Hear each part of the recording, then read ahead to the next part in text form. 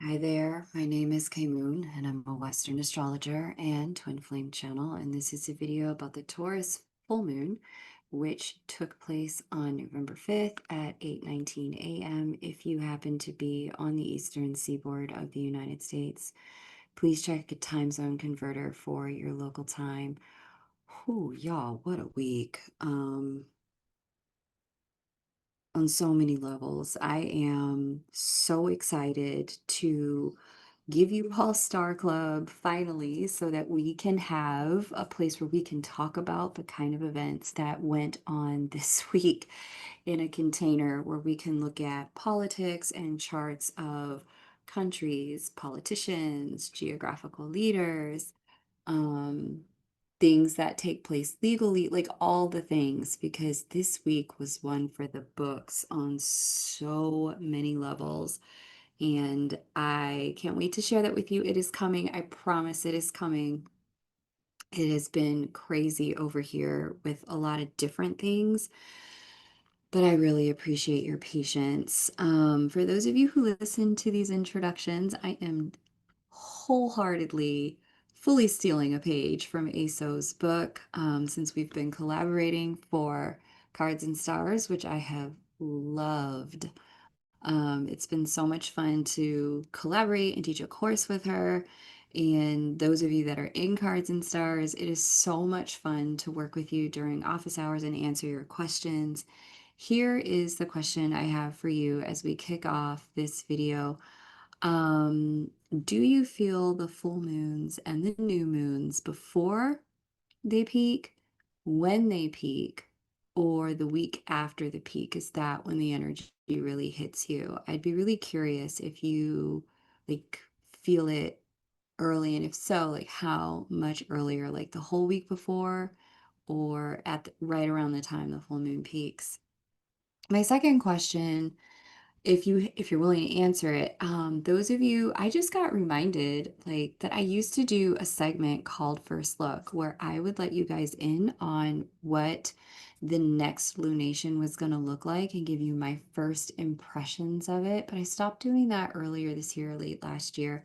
And I was just curious if you thought I should maybe bring that back. I think it's a lot of fun, but if you don't miss it, then, we won't have to do it. But if you liked that segment, maybe I'll bring that back. I love my job. I love that I get to do it for all of you. Thank you, thank you, thank you, thank you, thank you for being here, for hanging in with me, for your patience, for your enthusiasm, for your trust in my interpretation of the skies. 2025 has been a wild ride, and we are in for way more fun coming into 2026. And I'm so happy that I get to be on this ride with you. Let's get into it. So, the Taurus full moon is right here at the 13th degree of Taurus. And how fitting as this week, ASO and I were scripting of the 22 cards of the major arcana, the 13th card, the death card. And yes, this week has been a week of major endings and the end of um, the end of a few things that I think, for many different people has been like an eye-opening awakening in terms of their own life stream and what's coming and what they need to let go of and release. That 13th degree can sometimes speak to this sort of energy. And this energy may continue to show itself into the middle of next week as well, before we get into the energy of the new moon beginning. So I wanted to make sure I gave you my interpretations of this full moon before those energies really took place, because you're still going to feel the energy of this full moon heading into next week. So let's talk about it.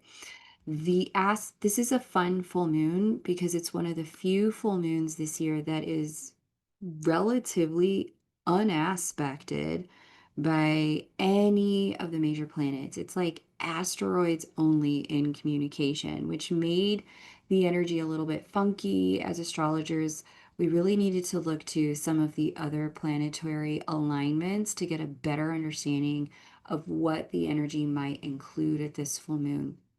And so you may have heard a lot of astrologers talking about aspects like Lilith opposite Uranus or Mercury conjunct Mars. You may have heard astrologers talking about Saturn Neptune conjunct or Pluto Mars sextile. This has been a week where that sort of energy has really taken a more dominating, had a more dominating impact and influence on our interpersonal circumstances, on our sociocultural and geopolitical experiences as well. This week, we also saw Mars opposite Uranus, which would have been very telling in terms of things we saw unfold this week. That being said, the energy of the moon itself also played a role under the influence of these asteroids. So let's get into it. Those other planetary energies would be things that we would talk about in Star Club once it opens. So we had a trine to Pholus there at the 9th degree of Capricorn. Now, generally, this is going to have it make it so that adverse energies and toxic circumstances have easier access to us emotionally, where we might be engaging in circumstances that undermine us specifically structurally, because we're talking about the earth signs here. So, work related toxicity, money related toxicity, self esteem related toxicity, um, clinging to or locking in on traditions or things that aren't working for us structurally simply because it's the thing we've always done. This sort of energy certainly shows itself loud and proud at a full moon like this. You may have even seen some of this online, like watching fallout from experiences that showed up this week on the internet, and this, people really showing you like, wow, they're really committed to non-working frameworks despite the fact that it's harming them personally. We've certainly seen some of that behavior online, on the news. You may have seen some of that in your personal lives. Um, Understand that this is definitely temporary. It speaks to a greater need for change of the structures and a time to honor recognition of what's not for us. And instead of trying to make this about growth, really be in a place of truth with ourselves that we're not supposed to grow through toxicity. We're supposed to let it go. We're supposed to step away from it. Sometimes things are misaligned, and misalignment is not the same thing as a growth opportunity. One speaks to personal development and evolution, the other speaks to um, sort of like foundational schisms and incompatibility.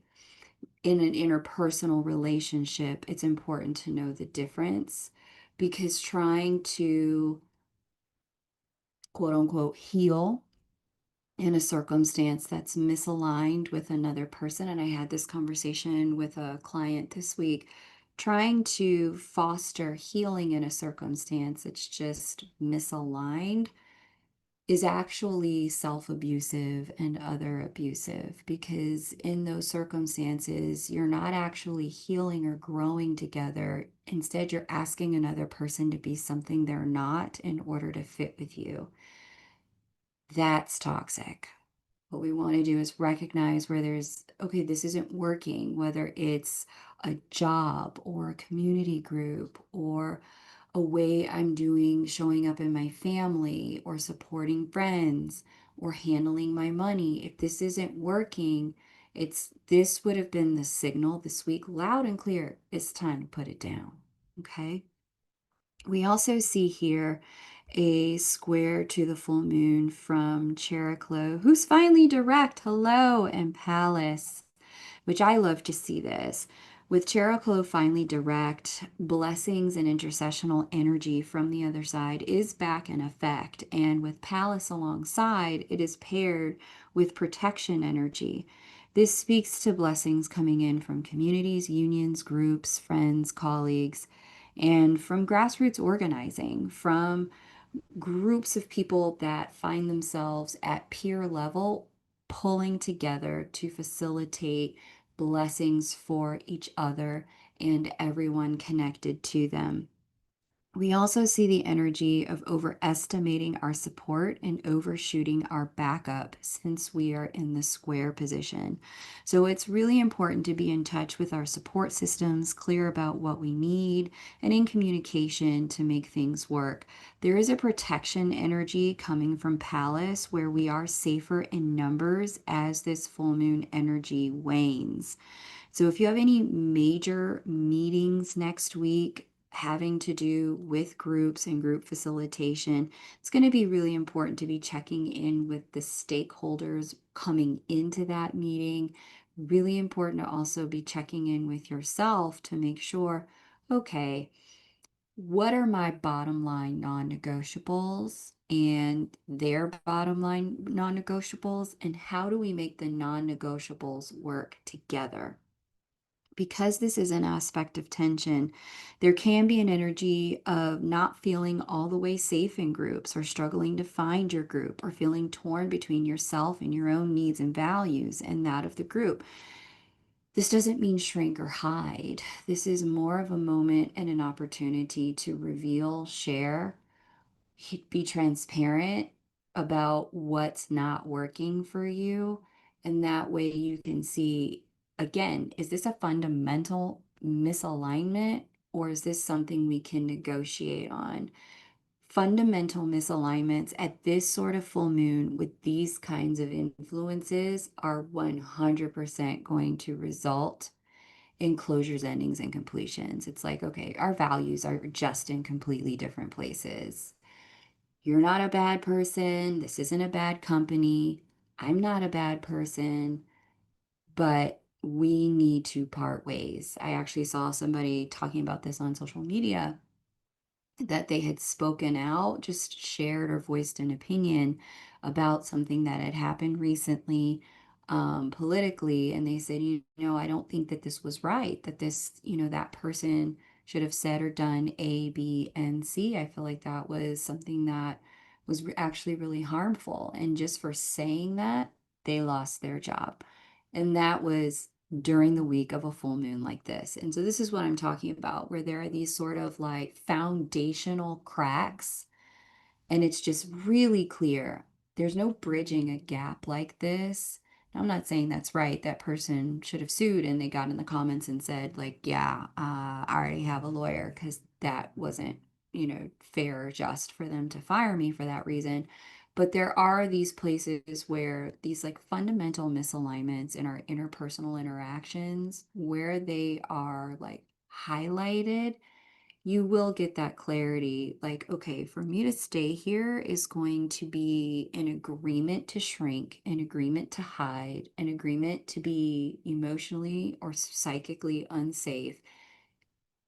Do I want to keep doing that?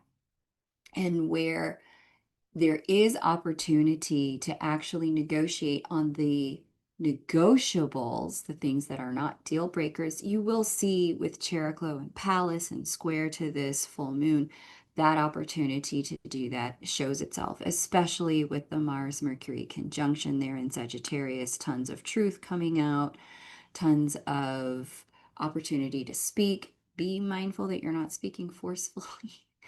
I wish I had my Star Club group already because I want to tell y'all all this stuff. Like, opportunity to speak forcefully, but then also like to just like say something randomly and then have to retract it later. That is all here in this sky. But heads up, that's there. If you run into it, don't worry about it. Know that there'll be an opportunity to continue to work through this as Mercury continues to progress into Capricorn and allows us to realign structures at that point. That's coming towards the end of the month of November as we get into December. All of that to say, this is going to take some personal growth, some creative ideas to figure out how to stay connected to ourselves and others, but that's okay.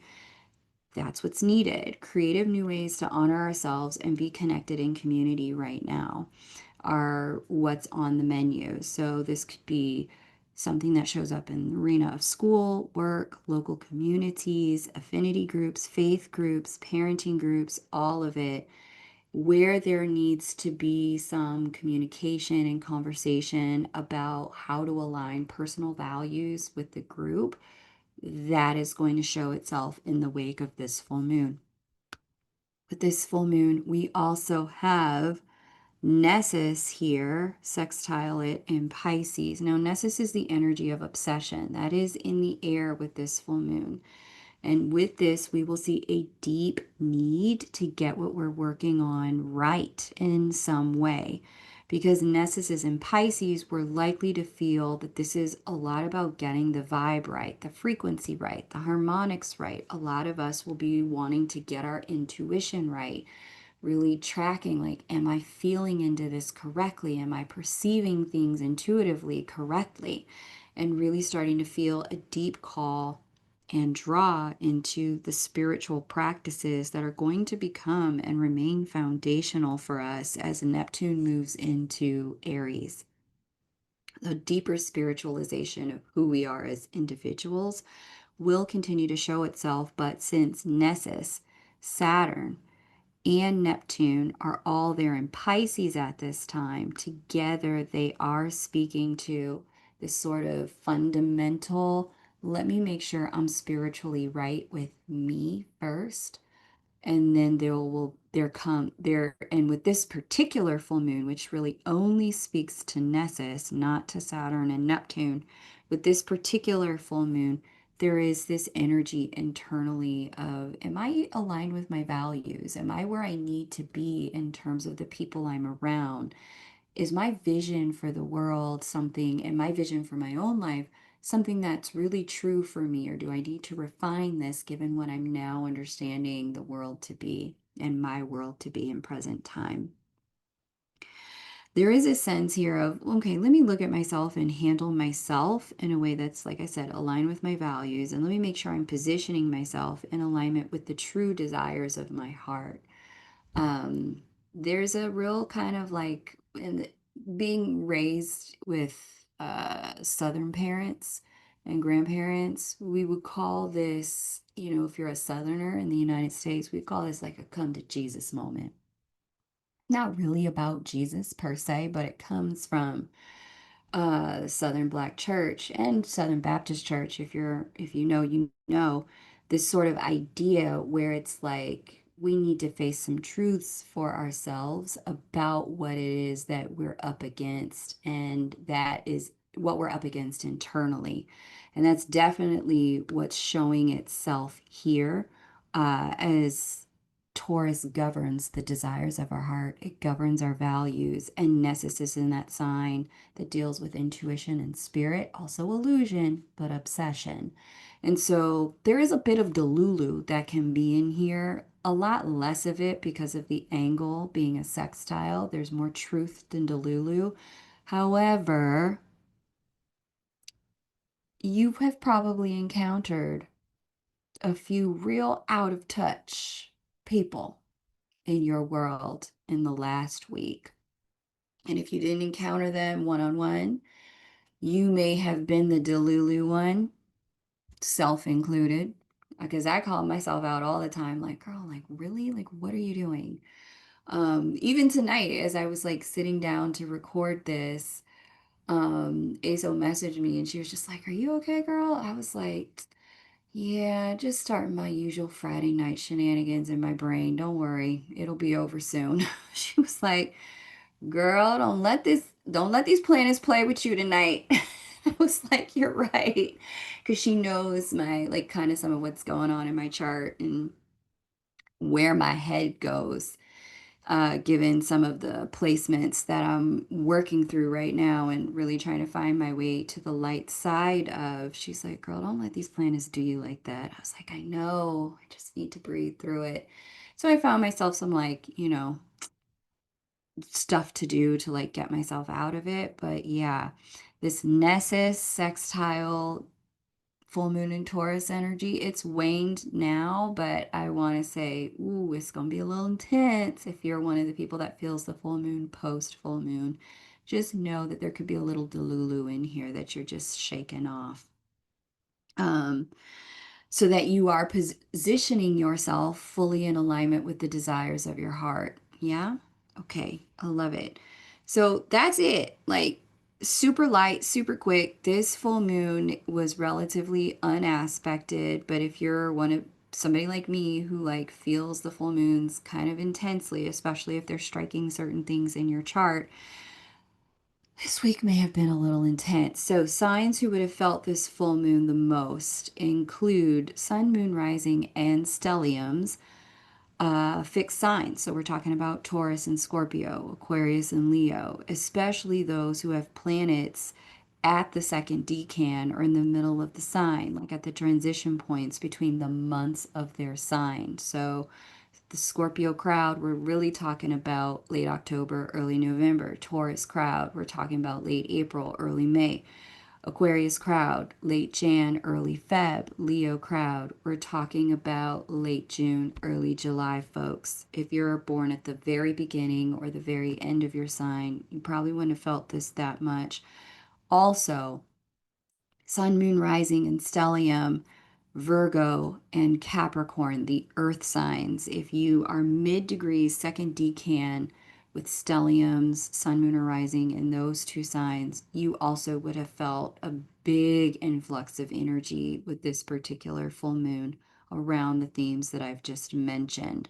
Now, because there are so many other planetary aspects that are heavy hitters this week, that will be with us well into next week. Mars opposite Uranus, Mercury preparing to go retrograde in Sagittarius, Jupiter square Venus, which I'll talk about in the Divine Counterpart lunar update. There's lots of stuff that other signs would have been feeling heavy. It just may not have been this full moon if what I just shared was in the background for you and not the foreground. Okay. So I want to let you know I'm aware of that. I see those things here. They're just not pertaining to the full moon. Other things are, and we'll talk about those things in Star Club.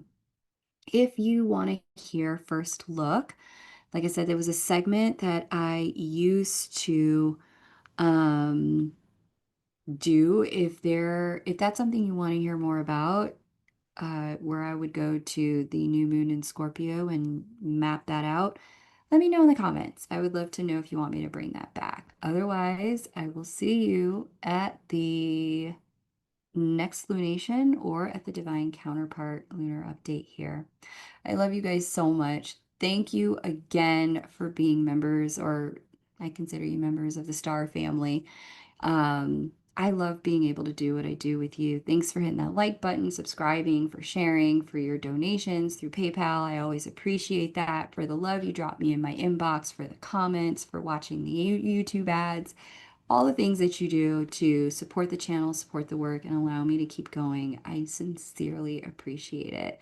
And I really look forward to doing the next thing with you guys. Take great care and bye for now.